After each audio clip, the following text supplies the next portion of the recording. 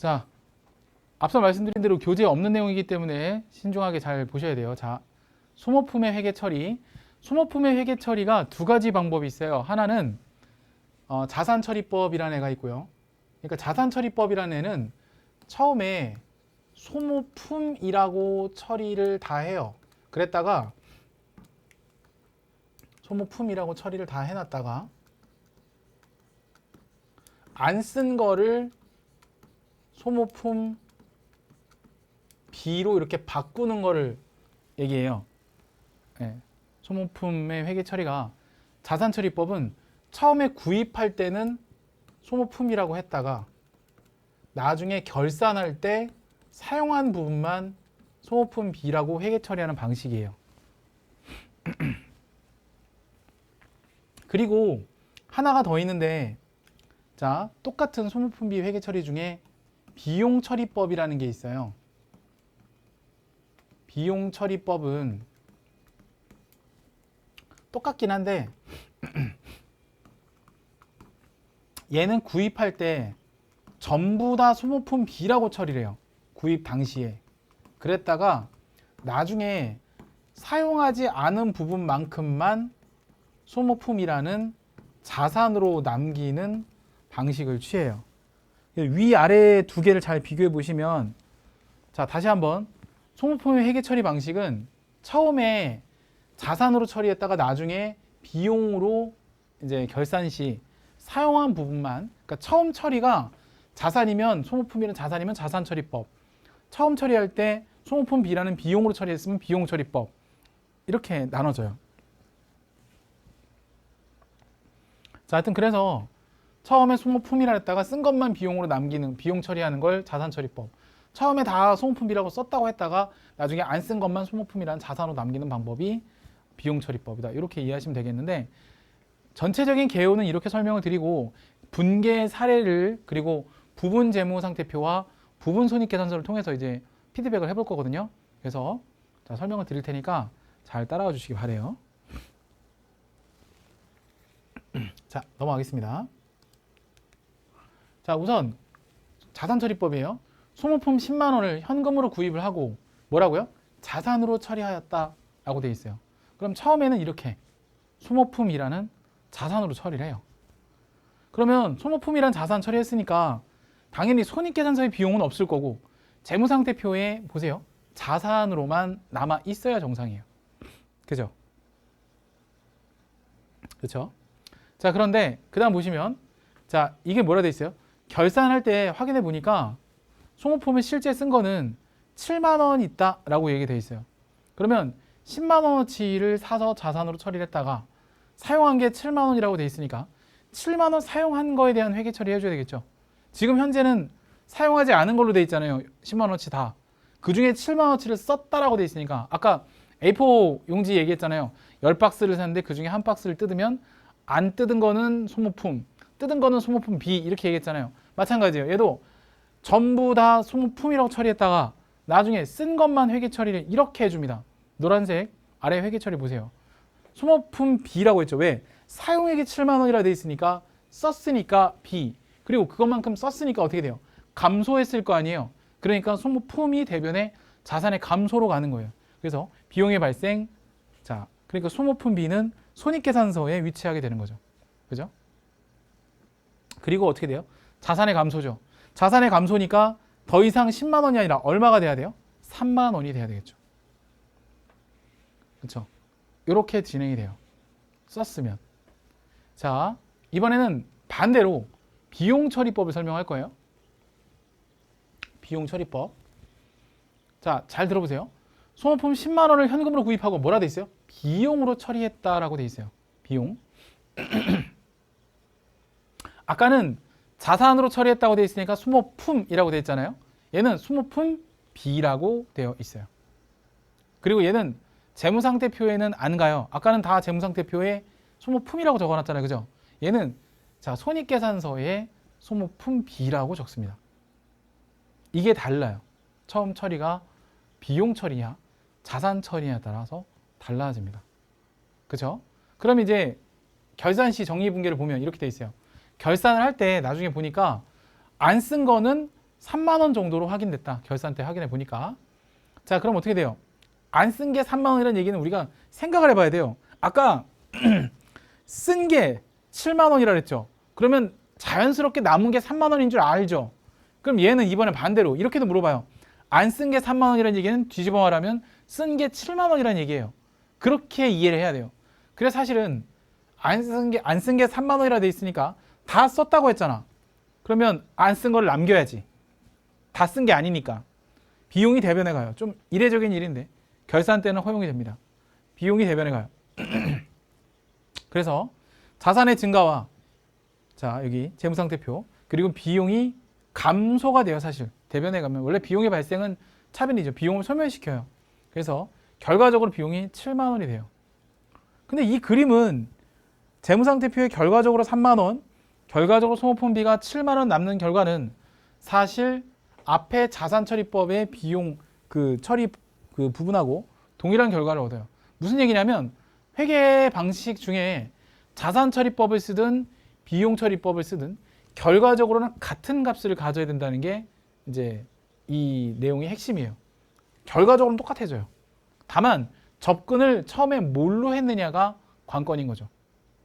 자산으로 처리하고 나중에 비용으로 환원시키느냐 아니면 비용으로 다 처리했다고 나중에 자산을 남기느냐 결과적으로는 내 답은 똑같아요. 흔히 이제 이런 걸 얘기할 때 되게 유명한 한자 성어가 있죠. 조삼모사. 조삼모사라는 거 들어보셨을 거예요. 그냥 도찐개찐이다 이런 얘기 들어봤죠? 예, 그게 그거다. 그러니까 아침에 4개 주고 저녁 때 3개 주나 결국에 7개. 아침에 3개 주고 저녁 때 4개 주나 결국에 7개인데 그거에 따라 사람이 그 원숭이들 갖고 고사성어에서 사자성어에서 나오는데 마찬가지인 거예요. 네. 느낌이 달라요. 시험 문제는 일반적으로 둘 다 나오지는 않고요. 주로 많이 나오는 게 비용처리법 위주로 좀 많이 나와요. 자산처리법은 요즘에 잘 안 나오는 것 같아요. 이건 FAT 2급 기준이에요. 전산회계 2급은 번갈아 가면서 나와요. 또 좋아요. 이 정도로 하는 걸로 합시다. 자, 재고자산 두 번째 파트입니다. 자, 재고자산 회계처리 흐름을 다시 한번 짚어보면 기초상품 재고액, 단기상품 매입액. 자, 특히나 이 단기상품 매입액을 할 때 우리가 중요하게 보는 부분이 취득원가의 결정이에요. 그래서 취득원가의 부대 비용을 가산한다. 순매입액을 어떻게 구한다. 뭐 이런 내용들을 우리가 지난 시간에 살짝 배웠었죠. 뭐 매출, 매입 애누리, 매입 환출, 매입 할인 뭐 이런 내용들도 아울러 같이 공부했고요. 자, 그리고 기초상품 재고액과 단기상품 매입액을 합쳐서 우리는 뭐라고 하냐면 판매 가능 재고라고 배웠었어요. 그럼 판매가 가능한 재고 중에 실제로 팔았으면 이건 매출원가가 되는 거고 못 팔고 남았으면 기말 재고로 남아요. 그래서 자, 단기 판매분 팔았으면 매출원가로 손익계산서로 가요. 얘는 왜? 매출원가가 비용이라고 배웠잖아요. 근데 못 팔고 남았으면 미판매분 얘는 어디로 가요? 기말상품 재고액으로서 어디로 가요? 네, 재무상태표의 자산으로 남아요. 그래서 결과적으로는 이거를 가지고 놓고 보면 이게 T계정으로 볼 수 있겠죠? 이렇게 해놓고 T계정을 그려놓으면 기초상품 재고, 단기 매입, 그 다음에 매출원가, 기말상품 재고 이런 식으로 T계정으로도 해결이 돼요. 설명이 돼요. 이렇게. 자, 이렇다는 거. 자, 그리고 이번 시간에는 중점적으로 뭐 배울 거냐면 요걸 배울 거예요. 단기 미판매분을 어떻게 처리를 할 거냐, 안 팔린 재고를 어떤 식으로 할 거냐, 이걸 이제 뭐라고 하냐면 기말재고의 평가라 그래요. 기말재고를 어떻게 평가할 거냐 라는 건데 이 방법은 수량을 결정하는 방법에 2가지가 있고요. 단가를 결정하는 방법에 한 5가지가 있어요. 수량 결정 방법은 실지재고 조사법, 줄여서 실사법이라 그래요. 아마 남학생들은 군대 갔다 오신 분들, 특히나 뭐 병기계, 보급계 이쪽에 계셨던 분들은 아마 실지재고 조사법에 대해서 아실 거예요. 그 다음에 계속기록법. 이게 장부를 적는 방법이에요. 창고에서 내가 재고를 파악하고 장부를 적는 방법인데, 그러니까 내가 만약에 창고에서 뭐 구매 물류 담당 직원이다 라고 하면 하루 종일 앉아서 이제 이런 거 하는 거예요, 컴퓨터로. 근데 이제 실지재고 조사법은 하나씩 육안으로 확인하면서 개수를 세는 거예요. 이건 실지재고 조사법이에요. 군대에서 참 이지랄을 많이 시키죠. 계속기록법은 창고에는 실제로 가보지는 않고 이제 장부상, 전산상으로만 확인하는 거예요. 들어오고 나가고, 그러니까 창고에 얼마 남아 있고 이렇게 유추하는 방법이에요. 근데 장단점이 있어요. 그 다음 또 하나 방법은 뭐냐면 단가 산정 방법이라는 게 있어요. 그러니까 수량에서 단가를 곱하면 금액이 나오잖아요. 그러니까 개수를 파악하는 방법, 밑에는 금액을 결정하는 방법이에요. 금액을 계산할 때 하나하나의 단가가 유추가 되면 개별적으로 다 볼 수 있는 개별법. 아마 들어보셨을 건데 선입선출법이라는 게 있어요. 먼저 들어오는 게 먼저 가는, 먼저 팔리는. 그 다음에 후입선출법은 반대로 나중에 들어온 게 먼저 팔리는 후입선출. 그 다음에 이동평균, 총평균 이런 것들이 있어요. 이런 것들을 배우시게 됩니다. 자, 그리고 자, 그다음에 적합법 평가라는 게 있는데 우리 시험에는 4번까지는 안 나오고 사실 2번, 3번도 오바예요. 사실은. 근데 이제 우리가 사실 여기서만 공부할 게 아니라 좀 더 한 걸음 더 나아갈 이 다음에 이제 초급 과정도 있고 중급도 있고 고급도 있기 때문에 일단은 다 알려드리고 뭐 시험하고 관계가 크게 없는 부분일 수도 있는데 넘어가 볼게요. 근데 분명히 FAT 2급만 놓고 봤을 때는 전략적으로 버려도 되는 구간이에요. 이 구간은. 근데 제가 이제 이따 시험에 뭐가 나올지도 알려줄 거예요. 그것만 챙기셔도 돼요. 근데 전체적인 흐름을 이해하고 넘어가야 되는 회계 특성상 내가 다음 과정, 그 다음 과정까지 머릿속에 염두에 놓고 들어가신다면 지금 확실히 알아두시는 게 좋아요. 나중에는 이게 업데이트만 되거든요. 근데 지금 안 해놓으면 결국엔 나중에 할 게 돼요. 예, 되게 그때 가면 좀 머리 아플 수 있어요. 자, 기말재고 금액은 딱 심플하게 돼 있어요. 수량 곱하기 단가. 그죠? 너무 심플하죠. 예. 자, 그래서 수량을 결정하는 방법은 계속기록법이라는 게 있어요. 입고와 출고를 모두 기록하는 방법. 근데 장부상 또는 전산상으로만 기록하는 거지 창고에 실제로 가서 몇 개인지는 모르는 거예요. 장부에 적은 거 손으로 또는 전산에 있는 뭐 데이터만 가지고 알 수 있는 거지. 그러니까 뭐 예를 들어서 이런 거죠. 내가 100개를 사와서 입고를 아는 거죠. 80개를 팔았어. 출고도 알아요. 그러면 몇 개가 있을 것 같아. 창고에 굳이 안 가봐도. 전산상으로만 20개가 남아 있겠죠. 근데 그렇게 생각하는 게 계속기록법이에요. 얘는 단점이 있어요. 어떤 단점인지 아세요? 계속기록법은 재고가 얼마인지를 전산상으로 또는 장부상으로 즉시 입고 출고를 다 확인할 수 있기 때문에 신속한 대응이 돼요. 근데 단점이 뭔지 아세요? 신뢰성이 떨어져요. 왜? 예를 들어서 여러분이 알바를 하는데 사장님이 물어봤어요. 야, 너 재고가 지금 오늘 현황이 어때? 몇 개 남아있어? 지금 몇 개 남아있어? 창고에 몇 개 있을 것 같아? 몇 개의 재고야? 왜냐면 모자르면 사장님이 더 주문하거나 사오거나 이런 판단을 내려야 되니까 알바한테 물어보는 거예요. 야, 우리 얼마 전에 100개 사왔는데 몇 개 정도 남은 것 같아? 아, 사장님 제가 확인해 보니까요 80개를 팔아서 지금 20개 재고 남아있어요. 그래 알겠어. 이렇게 하고 끝나지 않아요. 뭐라요? 그거 너 진짜 확인해 봤어? 실제 재고 맞아? 가서 확인해 봤어? 그건 아니지. 그죠? 그건 아니잖아. 계속기록법은 뭐예요? 그냥 장부상 전산상으로는 신속하게 바로 알 수 있는데 그게 진짜 그 재고가 그만큼 있는지는 알 수가 없는 거예요. 그래서 신뢰성이 조금 떨어져요. 자, 그런데 반면에 실지재고 조사법은 아마 군대에서 내가 뻘치시라 알겠잖아. 가서 일일이 다 확인해야 돼. 하나씩 다 재고가 있는지. 그러니까 시간이 되게 오래 걸려. 귀찮아. 그러다 보니까 어차피 창고 가서 뚜껑 열어보면 다 나올 거니까 들어오는 것만 일단 기록해. 들어오는 건 최소한 기록해. 근데 나가는 걸 기록 안 해. 어차피 창고 가서 이런 거지. 100개를 사왔어. 입고는 기록. 근데 창고에 가서 재고 20개 남은 걸 확인해. 그럼 어떻게? 내가 들어온 건 100개인데 판 거는 모르겠지만 재고가 20개가 남아있으면 나는 80개를 팔았다는 거잖아. 역사라는 거예요. 얘는 100개를 사와서 80개를 팔았으니까 20개가 남았겠지. 창고를 안 가봤지만 어쨌든 얘는 100개를 사와서 20개 재고가 남아있으니까 역으로 80개를 팔았겠지라는 거야. 그럼 얘는 재고를 잘못 파악해 놓으면 80개를 팔았겠지가 틀린 답이 될 수 있어요. 중간에 누가 훔쳐가거나 그죠? 누가 뭐 하면 알 수 없는 거잖아. 그러니까 장단점이 있어요. 크로스 체킹하는 방법이 가장 좋아요. 두 가지 방법을. 그래서 실제 여러분들이 나중에 취업하시게 되면 이 두 가지 방법을 사실 병행합니다. 그래서 구매팀이나 재고팀 뭐 이런 쪽에 가보면 자재관리팀 쪽에 가보면 진짜 매일까지는 아니더라도 뭐 2, 3일 내 아니면 매주 매장의 재고 확인을 꼭 해요. 아마 호프집이나 뭐 이런 데서 알바해본 친구들 아시겠지만 냉장고에 소주 없으면 소주 채워 넣기 뭐 이런 거 그 인수인계하는 레시피 같은 거 있어요. 그런 거 저도 옛날에 호프집 알바했을 때 그런 많이 해봤거든요. 그러니까 그런 것들 뭐 없으면 뭐 채워 넣기 뭐 이런 거 있어요. 예. 뭐 저는 옛날 돈가스집에서 알바할 때 딱 그 시간이 정해져 있었어요. 뭐 계란 시키는 시간, 계란 시키는 그 주기 사이클. 그걸 이제 뭐라고 하냐면 구매 리드 타임, 그 ERP 물류에서 나중에 배워서 알았어요. 구매 리드 타임이라 그래요.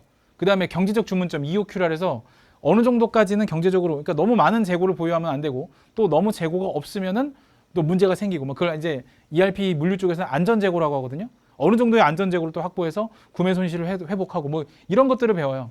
예, 이게 영업 관리 쪽하고 구매 자재 관리 쪽하고 연결되어 있거든요.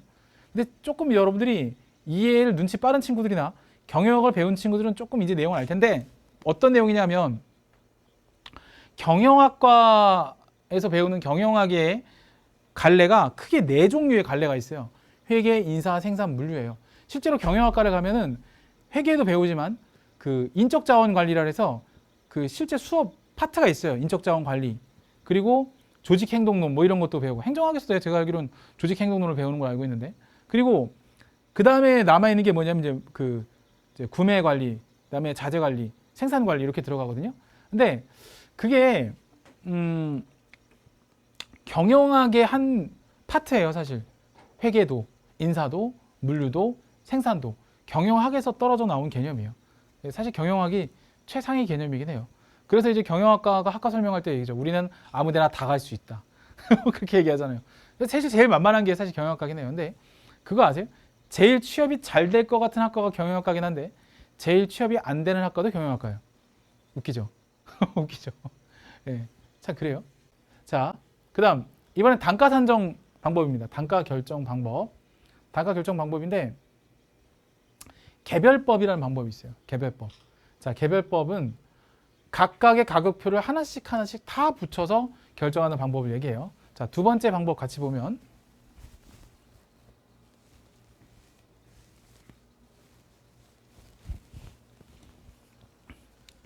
선입선출법이, 이건 정말 많이 알고 있는 방법이죠.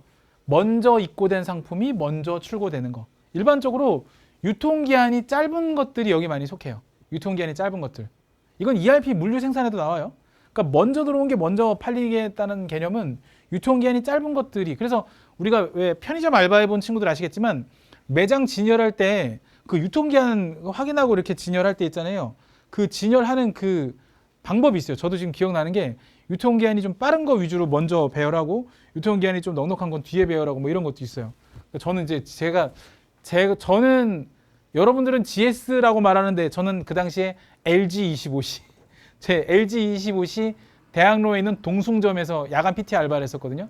그때가 언제냐면 제가 21살 때였으니까, 제가 지금 올해 43살이니까 22년 전이네요. 네, 22년 전에 대학로에 그 동숭동 마로니에 공원 있는 쪽에 GS25C, 그러니까 LG25C 편의점 동숭점 야간 파트타임이었어요. 그 당시에는 옛날 생각나는데 그 지금도 그런 것 같아요. 폐기는 당연히 폐기를 기다렸다가 저희 이제 먹고 그랬는데 그 당시에도 CCTV가 있었어요. 근데 저 때는 야간 파트타임들은 다 남자들이 PT를 했었고 여자들은 안 시켰어요. 아무래도 이제 좀 위험하니까. 또 별 또라이 같은 놈들이 다 와요, 밤에. 또 동숭동은 그 대학로 쪽이라서 별 이상한 애들이 다 와요. 진짜 이쁘고 정말 잘생기고 옷차림도 되게 멀쩡한데 하는 짓 보면 되게 지금 애들이 좀 이렇게 이해가 안 가는 특이한 친구들이 많았어요. 지금도 기억났던 게 옛날에 이제 마로니에 공원에 가보면 기인들이 되게 많았어요. 기인들, 정말 특이한 사람들. 진짜 그런 얘기도 있어요. 마로니에 공원은 비둘기도 특이하다고. 그 서울은 비둘기가 사람 알기를 되게 우습게 알아요. 비둘기가 지가 뭐 좀 되는 줄 알아. 지가 사람인 줄 알아. 근데 그 마로니에 공원에 있는 비둘기는요, 정말 특이한 게 사람하고 진짜 이게 의인화돼 있어요. 비둘기가 사람 같아요, 되게. 근데 그 당시에 지금도 기억나는 게 그 정말 이 말근육이라고 하는 그 사람은 상의를 안 입었어요. 예. 그리고 저는 그 사람 여름까지만 보고 안 봤으니까 청바지 핏이 정말 이쁜 그 남자분이셨는데 근육질 몸매에 여기 황금색 망토를 두르고 정말 잘생겼어요. 그리고 연극 배우 진짜 정말 전형적인 약간 제임스 딘 비슷하게 생겼어요. 제임스 딘이랄까 잘 모르죠. 검색해봐요. 제임스 딘 비슷하게 생긴 분이셨는데 그분이 꼭 한 4시 반인가 5시쯤 해 떨어지기 전이었어요. 꼭 그 시간대쯤 되면 그 마로니에 공원에 자판기가 있었어요. 그 당시에. 자판기를 이렇게 기어 올라가서 자판기 위에 꼭대기 이렇게 올라서요. 그럼 이제 좀 높은 데 올라서는 거죠. 그러면서 이렇게 두 팔을 펼치면서 혹시 국민교육 헌장이라고 여러분 들어보셨을 거예요. 나는 민족 중흥의 사명을 띠고 뭐 이렇게 그거 있어요. 그거를 한 글씨도 안 틀리고 그거를 다 낭독을 하는 거예요. 그러고는 내려가요. 저 새끼 도대체 뭐 하는 새끼인가. 네, 참 그런 사람도 있었고. 하여튼 저 지금도 기억나는 게 야간 PT 때는 그 PB 상품이라 해서 LG에서만 LG25시 편의점에서만 파는 그 라면이 있었어요. 한바구음 라면이라고. 그거 먹는 게 저희 어떤 야간 파트타임의 추억이었던 것 같아요. 그게 밤 12시부터 새벽 6시까지 제가 PT였었거든요. 예. 그 당시에 제가 연극배우 생활을 할 때였는데, 예. 참 각양각색의 다양한 사람들을 다 봤던 것 같아요. 지금도 그런지 모르겠는데 PT들끼리 서로 파트타임들끼리 서로 교대할 때 그 현금 얼마 남아 있는지 돈 세 갖고 이렇게 메모 적고 돈통 꺼내 갖고 서로 확인하고 그래갖고 임무 교대하고 막 그랬던 거 기억나요. 지금도. 그게 벌써 제가 2000년 12년 달에 군대를 갔으니까 그때 제가 그렇네. 여러분들은 2000년도에 뭐 하셨나요? 어린이집? 막 애기라서 배밀이 하고 있을 때 그때 아니었나요? 저는 그때 예, 군대 가기 전에 그랬던 건데 지금 생각나네요. 선입선출. 아 참. 자, 다음 후입선출.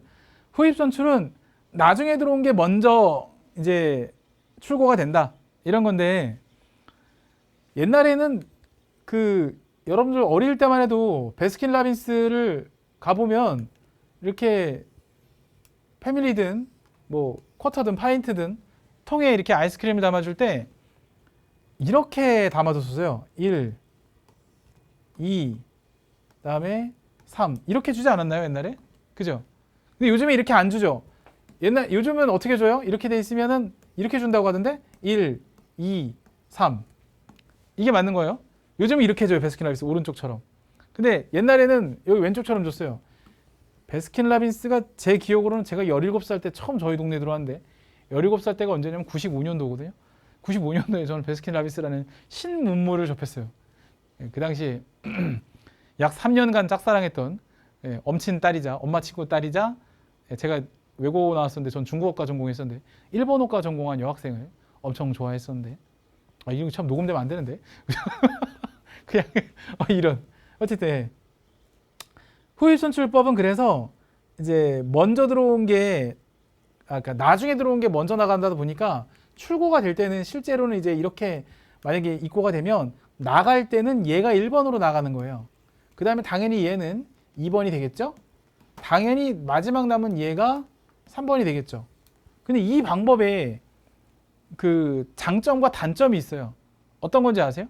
이 방법의 장점과 단점. 아마 아이스크림 몇 번 먹어보신 분도 아시겠지만 아이스크림을 순삭을 하지 않는 한 특히 요즘에 요즘같이 여름 더울 때 아이스크림을 만약에 이렇게 이 순서대로 먹잖아요. 그러면 얘는 그나마 시원하게 먹을 수 있어요. 그죠? 근데 이 밑으로 갈수록 거의 녹아 있어요. 무슨 뜻이냐면 이 상태로 만약에 팔잖아요. 실제로 장사를 해보면 이따 사례를 들어드릴 거예요. 거의 밑바닥을 깔고 있는 이 재고는 안 나가요. 그러니까 흔히 여러분들 신상 좋아하잖아요. 여러분들 소비자 패턴은 후입선출을 선호해요. 그리고 판매자 입장에선 선입선출을 선호해요. 왜? 묵은 재고를 빨리 팔아야 되거든. 근데 소비자 입장에서는 여러분 생각해 보세요. 자, 여러분이 만약에 붕어빵 장사예요. 여러분이 만약에 붕어빵 장사라면 붕어빵을 이걸 이제 ERP 물류에서 공부할 때 수요 예측이라고 하는데 오늘 얼마 정도의 붕어빵을 팔 수 있을까? 이거 수요 예측이에요. 그리고 뭐 통계치를 내요. 야, 비 오는 날은 그러니까 맑은 날보다 붕어빵이 2배나 더 잘 나간다더라. 그럼 어떻게 해요? 수요 예측을 하면 공급선을 그리죠. 그래서 더 많은 재고를 들여오고 더 많은 그쵸. 우리가 이제 수요 예측의 대표적인 사례가 명절 특수 아니면 발렌타인데이 화이트데이 날 이렇게 빼빼로데이 날 편의점에서 왜 이상한 거 막 갖다 놓고 팔잖아요. 근데 그래도 사가는 사람이 있어요. 예. 그러니까 그런 수요 예측이 되는 거예요. 아, 이럴 때는 이런 것들이 잘 나가겠다. 또는 이럴 때는 이러한 게 얼마 정도 더 잘 나가겠다.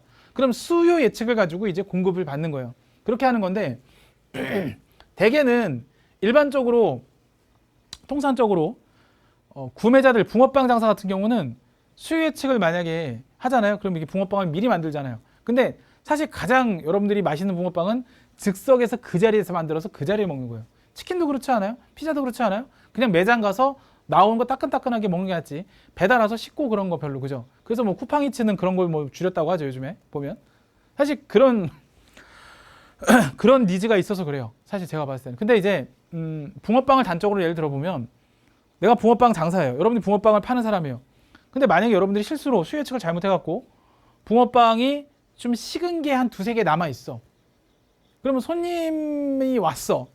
그럼 여러분들은 어떠고 싶어요? 새로 만든 거를 팔겠어요? 아니면 기존에 있는 붕어빵을 내가 사회복지학과 마인드 갖고 있다고 생각하지 말고, 또 어떤 친구는 상담심리사회복지학과가 그 여학생이었는데 내가 한번 그랬어. 똑같은 질문을 했어. 그때 오프라인 수업 때. 근데 그 학생은 정말 봉사정신이 투철한지 자기는 그 두세 개를 먹겠다는 거야. 식은 붕어빵을. 그게 아니라 일반적으로 시각을 봤을 때는 지금 바로 갓 구운 빵을 주세요가 맞지 않아요? 소비자 패턴은? 그죠? 소비자의 행동 심리는 그렇단 말이에요. 근데 판매자의 행동 심리는 가급적이면 이 재고를 빨리 처분해야 돼. 그래야 새로운 재고를 그 자리에 놓을 수도 있고, 또는 그죠? 그걸로 인해서 회전을 빨리 해서 그걸 미천으로 유동성 확보를 통해서 더 많은 수익 창출할 수도 있고, 기본적으로 그렇단 말이에요. 예. 흔히 이제 우리가 이제 그런 생각을 해요. 근데 소비자는 안 그렇단 말이에요. 그러면 이걸 뭐라고 하냐면, 결국에는 얘는 계속 안 팔리고 쌓여 있을 수 있고, 만약에 얘가 유통기한을 갖고 있는 거라면 결국에는 뭐가 되냐면 진부화가 돼요. 진부화라는 말이 뭐냐면 구닥다리가 된다는 얘기예요. 그러면 얘는 안 팔리는 거예요. 이렇게 되면 이제. 물론 뭐 이걸 역이용하는 마케팅 전략도 있죠. 레트로 감성, 그죠? 뭐 그런 거 있잖아요. 예? 뭐 그 뭐라 하더라? 그 뭐라고 하던데? 그 용감한 형제, 걔네들이 만든 그 브레이브걸스? 역주행. 예, 역주행이라는 마케팅 전략도 있지만 그거는 뭐 예외적인 얘기고, 기본적인 경영학 관점에서 봤을 때는 진부화된 재고는 사실 버려지는 게 맞다고요. 그러면 계속 1번 또는 2번, 2번 정도만 계속 나가는 거예요. 재고가 들어오면. 쌓이는 재고가 안 팔릴 가능성이 크다는 얘기예요. 이거에 대한 설명은 뒤에 가서 좀 더 할게요. 그 다음 네 번째, 이동평균법. 얘는 주유소를 생각하시면 돼요. 주유소 같은 경우는 어떻게 생각하면 되냐면,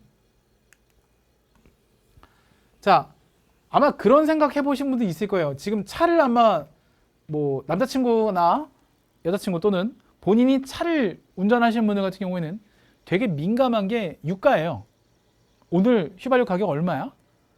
요즘에 휘발유 가격이 뭐 올라간대. 그러면 싼 데 좀 찾아서 많이 넣어야지. 이렇게 생각한단 말이에요. 근데 휘발유 가격이 되게 웃긴 게 동네마다 틀리고, 또 동네에서도 그 어제 오늘이 또 틀려요. 또 여기랑 요 바로 맞은편이 또 틀려요. 그건 이제 각자의 상황이 다 다르기 때문에 유가가 서로 다르게 책정되는 건데, 일단 국제 유가 자체가 변동이 되게 심해요. 그러다 보니까 변동되는 국제 유가가 그때 반영이 돼서 물타기, 즉 희석이 돼야 되기 때문에 그거를 계속 재산정 하는 거를 이동평균법이라고 해요. 그래서 이만큼 이렇게 기름 탱크가 있다. 자, 예를 들어서 이건 이론이에요. 예를 들어서 어제 첫날 사온 기름이 리터당 1,000원에 사왔다. 1,000원. 근데 그 다음 날은 기름값이 올랐어요. 1,100원에 사왔어요. 네. 그 다음 날은 1,200원이 됐어요. 그러면 어떻게 계산하냐면 이렇게 돼요. 첫날의 가격은 1,000원에 들어왔으니까 원가가 1,000원인 거예요. 맞죠? 근데 둘째 날부터는 틀려요. 둘째 날부터는 이걸 가중평균해요. 이동평균 두 개를 더해요. 그럼 2,100원이죠. 나누기 2를 하면 단가가 1,050원으로 평균이 돼요. 1,100원이 아니라 1,050원이 돼요. 밑에 있는 거를 끌어서 다시 재산 정하기 때문에. 이게 이동평균법이에요. 그때 계속 바뀌는 거야. 그럼 세 번째 날은 어떨까?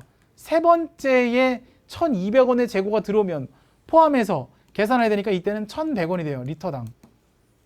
물타기가 되니까. 이렇게 계속 희석이 되는, 단가가 물타기가 되는 것을 이동평균법이라고 합니다. 그때그때 계속 달라지는 방법이에요. 이게 이동평균법이다.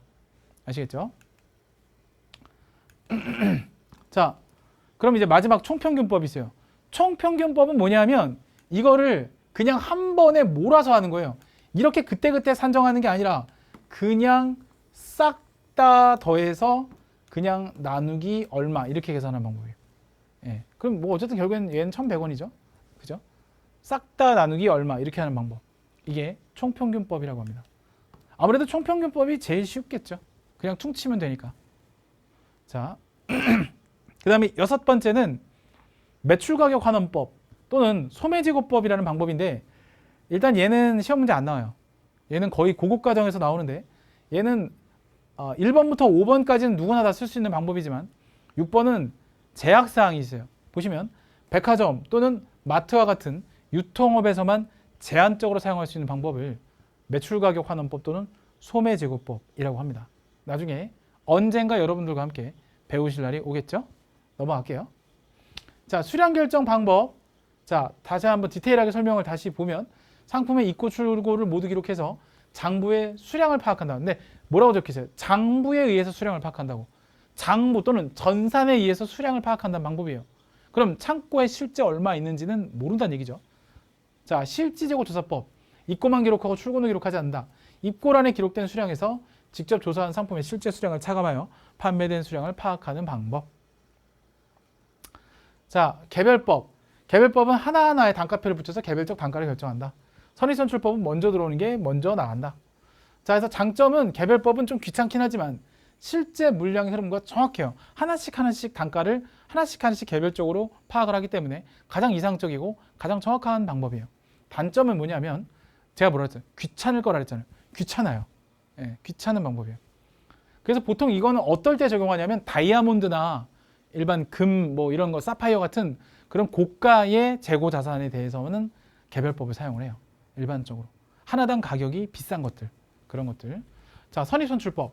선입선출법은 먼저 입고된 상품을 먼저 출고한다는 가정이라 했죠. 얘는 장점은 아무래도 일반적으로는 흐름이죠. 실자의 물량의 흐름과 일치해요. 그리고 일반적으로 사람도 그렇고 다 수명이 있는 것들, 유통기한이 있는 것들은 보통 먼저 들어온 게 먼저 가게 돼 있어요. 일반적인 흐름이죠. 그래서 재고자산 금액이 현재 공정가치 나타내는 이게 무슨 뜻이냐면 공정가치는 시가죠. 쌓여있는 재고가 그죠? 만약에 어제 바로 들어온 뭐 재고 만약에 먼저 들어온 걸 계속 먼저 파는 과정이라면 가장 최근에 들어온 게 가장 그죠? 최근의 재고가 되는 거예요. 그러니까 그런 얘기고 단점은 이게 옛날에 좀 텀이 길어지면 정말 옛날에 사온 재고가 지금의 단가에 팔리기 때문에 수익비용 대응 원칙에 부적합한 그런 상황이에요. 그래서 물가가 상승할 때 이익이 과대계산돼요. 왜냐하면 옛날에 좀 텀이 길다면 예를 들어 10년 전에 샀던 뭐 상품이 지금 판매된다 생각해 보세요. 그럼 10년 전의 가치와 지금 가치가 다를 거 아니에요. 그러면 엄청난 시세 차익으로 팔 수 있겠죠. 왜냐하면 10년 전에 10,000원의 가치와 지금의 10,000원의 가치가 다르잖아요. 그래서 흔히 옛날에 얼마 했는데 지금 가격으로 환산하면 얼마입니다. 이런 얘기하는 게 다 그런 이유예요. 그래서 물가가 상승할 때는 이익이 과대계산될 수 있어요. 자, 이번엔 후입선출법. 얘는 아까 설명 충분히 드렸기 때문에 그냥 빨리 넘어가고 바로 장단점 들어갈게요. 후입선출법은 아무래도 가장 최근에 들어온 게 지금 바로 나가다 보니까 항상 신선하고 싱싱하고 지금의 시가를 잘 반영해요. 그래서 현재 수익에 현재 원가가 대응되어 수익배용 원칙에 부합하는 방법이다. 이렇게 보시면 되겠고 단점은 아무래도 나중에 들어온 걸 먼저 자꾸 가져가다 보니까 계속 쌓여있는 재고는 계속 쌓여있다 보니까 실제 물량의 흐름하고는 좀 안 맞아요. 이 말은 판매하는 사람 입장에서 별로 반갑지 않다는 뜻이에요. 그래서 또 재고자산 금액이 이제 아무래도 계속 안 팔리다 보니까 현재 공정가치를 나타내지 못해요. 자, 이동평균법. 아까 주유소 얘기했죠. 얘는 변동하는 화폐 가치를 단가에 반영하기 때문에 적시의 단가를 어느 정도 근사치로 구하는 데는 좀 의미가 있어요. 단점은 이게 또 빈번하잖아요. 그럼 너무 또 불편해요. 매번 새롭게 계산해야 되니까. 주유소 같은 경우는 뭐 매일마다 바뀌잖아요. 그죠? 자, 총평균법. 얘는 가장 간편하고 이익의 조정 가능성이 가장 낮은 방법이에요. 가장 편한 방법일수록 정확하지 않기 때문에 이익 조작도 낮아요. 단점이라면 기초 재고가 기말 재고의 단가에 영향을 줌이라 되어 있는데 아까 제가 총평균법 얘기를 할 때 예를 들어서 이런 단가를 한번 예를 들어 볼게요. 예를 들어 1,000원, 1,100원, 1,200원, 1,300원, 1,400원 막 이런 재고가 있다고 해볼게요. 그러면 얘를 나눠서 평균 단가 계산해야 되거든요. 그러면 딱 봐도 얘가 1,000원, 1,000원. 그러면 6,000원. 6,000원이니까 합이 6,000원. 5개니까 1,200원. 평균 단가가 1,200원이 돼요. 그러면 기초에는 처음에 샀던 건 1,000원, 1,100원까지는 오히려 단가에 못 미치는 거예요. 그죠?